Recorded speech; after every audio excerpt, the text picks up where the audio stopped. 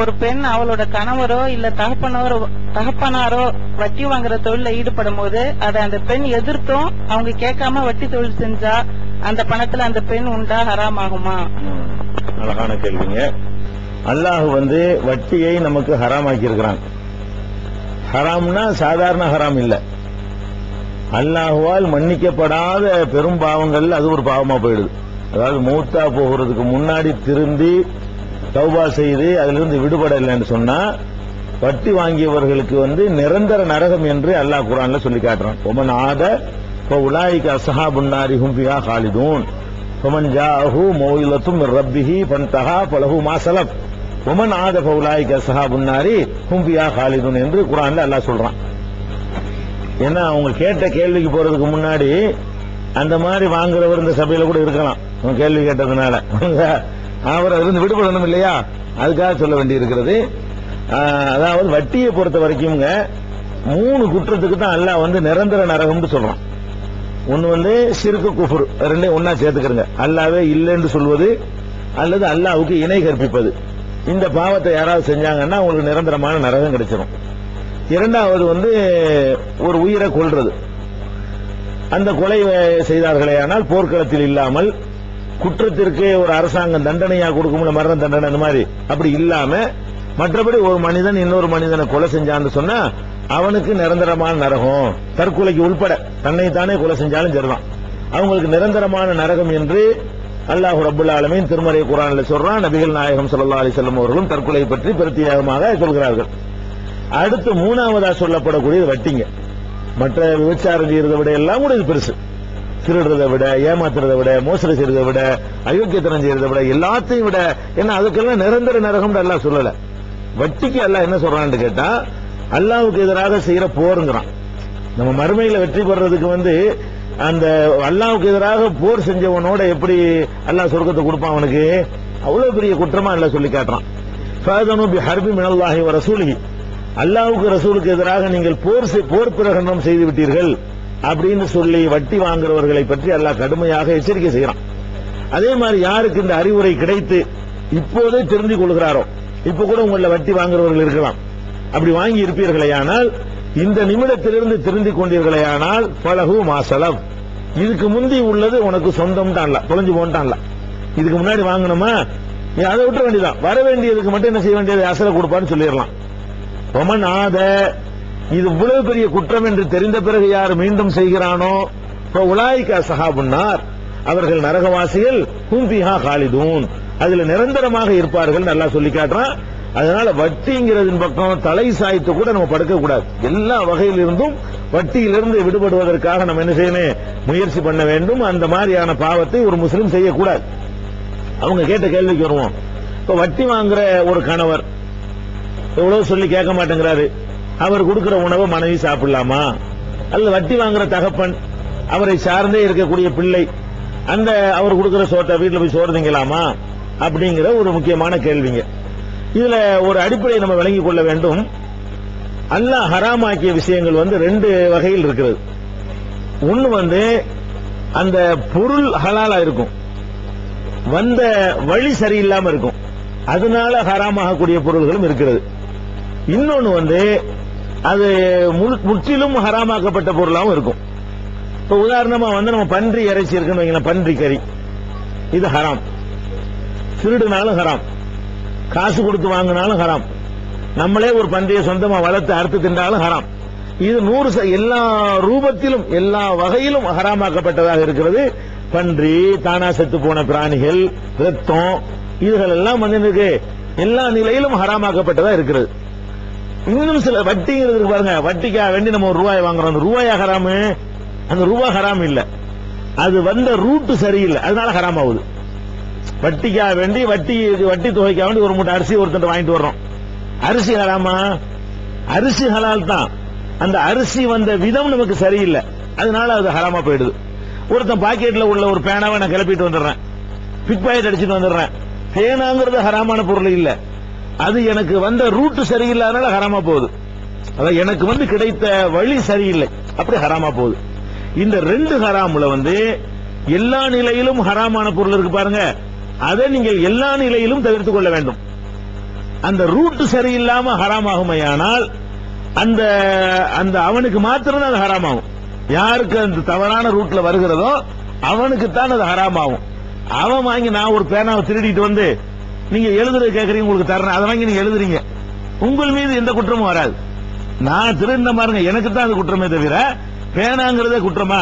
குற்றம் கிடையாது. பேனா வச்சு எழுதுறதே குற்றமா? அது குற்றம் கிடையாது. இது எதை வச்சு நான் சொல்றேன்? நானா ஊகமா இதை சொல்லல. நபிகள் நாயகம் ஸல்லல்லாஹு அலைஹி வஸல்லம் அவர்களுடைய சில ஹதீஸ்களை அடிப்படையாக வைத்து இதை சொல்றேன். என்ன ஹதீஸ்னு கேட்டா, நபிகள் நாயகம் ஸல்லல்லாஹு அலைஹி வஸல்லம் அவர்களுக்கும் நமக்கும் ஒரு வித்தியாசம் இருக்குங்க சட்டங்கள்ல. சில சட்டங்கள்ல என்ன சட்டங்கள்னா, இப்ப ஜக்காத் இருக்கு பாருங்க. ஜக்காத் நம்மள யாரா இருந்தாலும் ஏழையா இருந்தா வாங்கலாம், வசதியா இருந்தா வாங்கக்கூடாது ஒரு விஷயம். நம்மள ஏழையா இருக்கிற யாரும் வேணாலும் என்ன செய்யலாம்? ஜக்காத் வாங்கலாம், தர்மங்களை வாங்கிக் கொள்ளலாம். நபிகள் நாயகம் ஸல்லல்லாஹு அலைஹி வஸல்லம் அவங்களும் அவங்களுடைய குடும்பத்தார்களும் எவ்வளவுதான் ஏழ்மை நிலைக்கு வந்தாலும் அவங்க ஜக்காத் வாங்கக்கூடாது, சதக்கா வாங்கக்கூடாது, ஹராம். நபிகள் நாயகத்துக்கு ஜக்காத் வாங்கக்கூடாது, சதக்காவும் வாங்கக்கூடாது, அன்பளிப்பு வாங்கிக் கொள்ளலாம். இப்படி ஒரு சட்டம் ரசூலுல்லாஹ்வுக்கு கொடுக்கப்பட்டிருந்துச்சு. அப்ப நபிகள் நாயகம் அவங்க என்ன செய்யலாம்? யாராவது அன்பளிப்பா கொடுத்தாங்கன்னா வாங்கிக்கிறாங்க. அவங்க தர்மம் பிச்சைன்னு போட்டாங்கன்னா என்ன செய்யக்கூடாது? வாங்கிக் கொள்ளக்கூடாது என்று ரசூல் ஸல்லல்லாஹு அலைஹி வஸல்லம் அவங்களுக்காக வேண்டி உள்ள ஒரு சிறப்பு சட்டம். அதனாலதான் ஹுசைன் ரலியல்லாஹு அன்ஹு அவர்கள் ஒரு பேரிச்சம்பழத்தை பைத்துல் மாலுடைய பேரிச்சம்பழத்தை எடுத்த உடனே வாயில விரல விட்டு தோண்டி எடுத்து துப்ப சொன்னாங்க. இது நமக்கு ஹராம், உனக்கு தெரியாதா? நாம சதகாவுடைய பொருளை சாப்பிடக்கூடாதுன்னு உனக்கு விளங்காதா? அப்படி எல்லாம் ரசூல் ஸல்லல்லாஹு அலைஹி வஸல்லம் அவர்கள் சொல்லி இருக்கிறார்கள். இப்ப பரீரான்னு ஒரு பெண் இருந்தாங்க.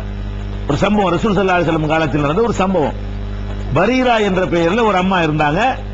அவங்க ஆயிஷா நாயகிட்ட அடிமையா இருந்தாங்க. பிறகு ஆயிஷா நாயகி அவங்களை விடுதலை செஞ்சுட்டாங்க. அவங்க ரொம்ப ஏழை. இந்த பரீராங்கிற ஒரு அம்மா ரொம்ப ஏழையா இருந்தாங்க. அந்த அம்மா ஏழையா இருக்கிறாங்க என்பதற்காக வேண்டி ஒருத்தங்க கொஞ்சம் இறைச்சி கொடுத்து அனுப்புறாங்க. ஏழை தர்மமாக என்ன செய்யறாங்க? இறைச்சியை கொடுத்து அனுப்புறாங்க. அந்த அம்மா என்ன செய்யறாங்கன்னு கேட்டா, நபிகள் நாயகம் ஸல்லல்லாஹு அலைஹி வஸல்லம் கொண்டு அதுல கொஞ்சத்தை எடுத்து முகப்பத்தா கொண்டாந்து கொடுக்கறாங்க. அவங்களுக்கு தர்மமா வந்ததை நபிகள் நாயகம் ஸல்லல்லாஹு அலைஹி வஸல்லம் கொடுத்து விட்டு அனுப்புறாங்க. அனுப்பும் போது என்ன சொல்லி கொடுக்கறாங்கன்னு கேட்டா, இது தர்மமா எனக்கு வந்ததாகும், அதனால நீங்க சாப்பிடலாமான்னு யோசிக்கிறீங்க அப்படின்னு சொல்லியே கொடுக்கறாங்க. அப்ப ரசூல் ஸல்லல்லாஹு அலைஹி வஸல்லம் என்ன செய்யறாங்க தெரியுமா? அது லக்கி சதகத்துன் வலனா ஹதியத்துன்ட்டாங்க. அது உனக்கு தானே தர்மமா கொடுத்தாங்க, நீ என்ன எனக்கு தர்மமா கொடுத்த, அன்பளிப்பா தானே கொடுக்குற அப்படின்னு ரசூல் ஸல்லல்லாஹு அலைஹி வஸல்லம் பதில் சொல்லிட்டு அதை வாங்கி சாப்பிடுறாங்க. அதே அந்த இறைச்சி இந்த இடத்துல ஒரு விஷயத்தை விளக்கிடணும். தர்மம்டா என்ன, அன்பளிப்புண்டா என்ன நிறைய பேர் குழம்புவாங்க. அது என்ன தர்மமா வர்றதுண்டா என்ன, அன்பளிப்பா வர்றதுண்டா என்ன அப்படின்னு சில பேர் குழம்புவாங்க. தர்மம் என்று சொன்னால் ஒரு மனிதனுடைய அந்த தாழ்ந்த வறிய நிலைக்கு இறக்கப்பட்டு பச்சாதாபப்பட்டு பாவம் கஷ்டப்படுறாங்களே அப்படின்னு கொடுக்கறதுக்கு பேரு தர்மம். அன்பளிப்பு என்று சொன்னால் கீழே உள்ளவர் கூட மேல உள்ள ஆள் கொடுக்கலாம். ஒரு சாதாரண ஒரு ஏழை கூட என்ன செய்யலாம்? தனக்கு மேல பெரிய உள்ள ஆளுக்கு, பெரிய வசதியான ஆளுக்கு போய் இதை ஒரு அன்பளிப்பா வச்சுக்கிறேங்கன்னு கொடுக்கலாம். அப்ப அன்பளிப்பு என்பதுல இரக்கமோ பச்சாதாபமோ இருக்காது. அப்படி இல்லாம கொடுத்தோம்னு சொன்னா அதுக்கு பேர் அன்பளிப்பு. இறக்கப்பட்டு பச்சாதாபப்பட்டு கொடுத்தோம்னு சொன்னா அதுக்கு பேர் சதக்கா, இதுக்கு பேர் ஹதியா. ரசூலுல்லாஹ் கொடுக்குறாங்க, பாவம் கஷ்டப்படுறாங்களே ரொம்ப அப்படின்னு சொல்லிட்டு கொடுத்து வாங்கிடக்கூடாதான். அல்லாஹ்வுடைய ரசூலுக்காக யார் இறக்கப்படக்கூடாதுங்கிறது அல்லாஹ் அந்த மரியாதையை காப்பாற்ற விரும்புறான். அதனால பாவம் கஷ்டப்படுறாருன்னு கொடுக்காத, முகப்பத்து வச்சிருக்கோம், அன்பு வச்சிருக்கோம்ல, உன் மனைவிக்கு கொடுக்கிற மாதிரி, உன் தகப்பனுக்கு கொடுக்கிற மாதிரி, உன் அண்ணனுக்கு கொடுக்கிற மாதிரி அப்படித்தான் ரசூலுல்லாஹ் கொடுக்கப்பட வேண்டும் அல்லாஹ் விரும்புறான். அப்ப இப்ப கவனிக்க வேண்டிய என்னன்னு கேட்டா, இந்த பரீராங்கிற அம்மாவுக்கு அந்த இறைச்சி வந்துச்சுல, எதுக்கு வந்துச்சு? அவங்க ஒரு ஏழை வசதி இல்லாத ஒரு அம்மா கஷ்டப்படுறாங்க அப்படின்னு ஒருத்தர் கொடுத்து விடுறாரு. இது தர்மம். பரீராங்கிற அம்மா ரசூலுல்லாஹ்வுக்கு எது கொடுத்தாங்க? பரீராவோட ரசூலுல்லாஹ் நல்லா இருக்கிறாங்க, பரீரா அளவுக்கு கஷ்டப்படக்கூடியவங்களா இல்ல, தன்னை விட நல்லா இருக்கிற ரசூல் ஸல்லல்லாஹு அலைஹி வஸல்லம் கொடுத்தாங்கன்னு சொன்னா அது அவங்களுக்கு சொந்தமான பொருளை அன்பளிப்பா கொண்டு போய் கொடுக்கறாங்க. அப்ப அந்த ரூட் மாறணும்னு பாருங்க. அது நேரடியா ரசூலுல்லாஹ்வுக்கு அந்த தர்மம் கொடுத்தாரு, அவர் நேர கொண்டாந்து கொடுத்திருந்தா ஹராமாய் போயிருக்கும். இந்த அம்மாவுக்கு வந்தது தர்மமா வருது. இந்த அம்மாட்ட இருந்து ரசூலுல்லாஹ்வுக்கு போனது என்னவா போகுது? அன்பளிப்பா போகுது. ரூட் மாறிக்கிருச்சு. அந்த பொருள் ஹலால ரசூலுல்லாஹ் சாப்பிடுறாங்க. அப்ப இந்த மாதிரியான ஒரு வழிமுறை அடிப்படையில் நான் வட்டி வாங்குறேன். உதாரணமா எனக்கும் இவருக்கு மத்தியில் உள்ள உறவு தான் வட்டி. நான் என்ன செய்யறேன்? ஒரு ஆளுக்கு கொடுக்குறேன், வட்டியாவை கொடுக்குறேன். இவர் எனக்கு தந்தது வட்டியா தர்றாரு, நான் இவருக்கு கொடுக்கறேன், என்ன கொடுக்கறேன், வட்டி நான் கொடுக்கறேன், எனக்கு இவருக்குள்ள ரூட்டு என்ன, அன்பளிப்பு.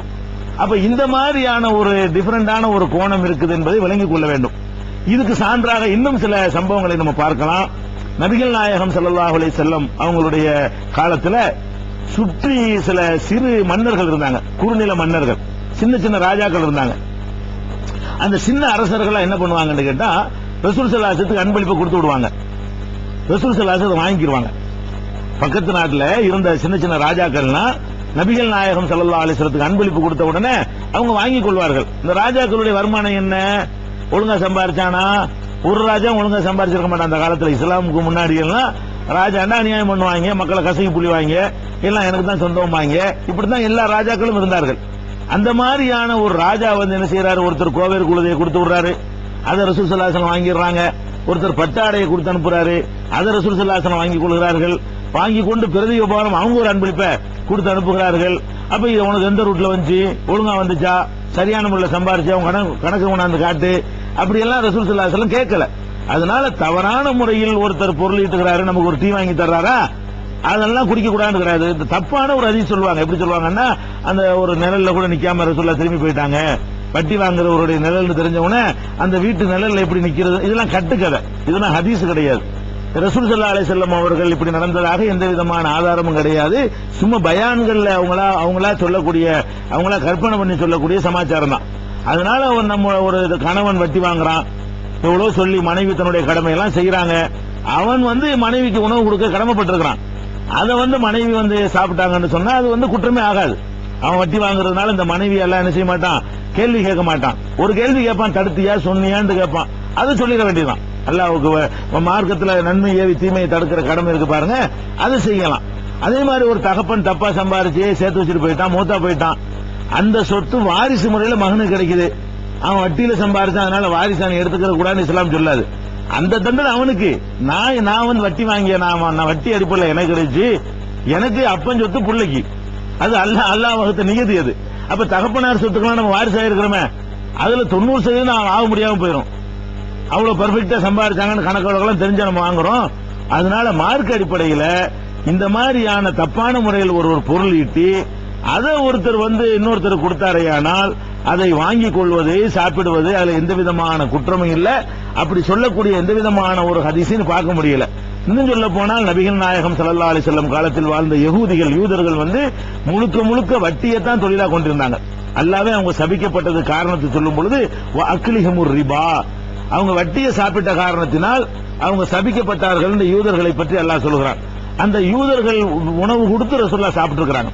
ஒரு பெண்மணி கூட ஆட்டு இறைச்சியில விஷத்தை கலந்து கொண்டாந்தெல்லாம் கொடுத்து அது கூட ரசூல் ஸல்லல்லாஹு அலைஹி வஸல்லம் செஞ்சுக்கிறாங்க, சாப்பிட்டு இருக்கிறார்கள் என்று பார்க்கிறோம். அதனால உங்களுக்கு பெரிய பாதிப்புலாம் சாவல, ஆனால் பாதிப்பு ஏற்பட்டது எல்லாம் ஹதீஸ்ல புகாரில எல்லாம் பார்க்கிறோம். அதனால தப்பா ஒருத்தர் சம்பாதிக்கிறாருன்னா அது கூட அதை தவிர்த்து கொள்ளணும், அது வேற விஷயம். வட்டிங்கிறதுல இருந்து முழு அளவுக்கு விடுபட்டு ஆகணும், நிரந்தர நரகத்தில் போய் கிடக்க வேண்டி இருக்கும். அந்த பாவத்திலிருந்து அவங்க தப்பிச்சு ஆகணும். மனைவி சொல்லியும் கூட அவர் வாங்கினார், இன்னொரு டபுள் குற்றம் அவரை சேர்ந்துரும், அதெல்லாம் தனியா அவர் பயப்பட வேண்டும். அதே நேரத்தில் அந்த மாதிரியான ஆட்களுடைய கீழே நம்ம இருக்கிறோம். வயசான ஒரு தாய் இருக்கிறாங்க, மோகங்காரன் வட்டி வாங்கி சம்பாதிக்கிறான், தாயை அவன் கவனிக்க வேண்டும். அவன் வட்டி சம்பாதிக்கிறாங்கிறதுக்காக அந்த தாயை வந்து நான் சாப்பிட மாட்டேன்னு செத்து போக தேவையில்லை. அதெல்லாம் அவங்களுக்கு எந்த விதமான குற்றமும் வராது. இதுதான் இஸ்லாத்தின்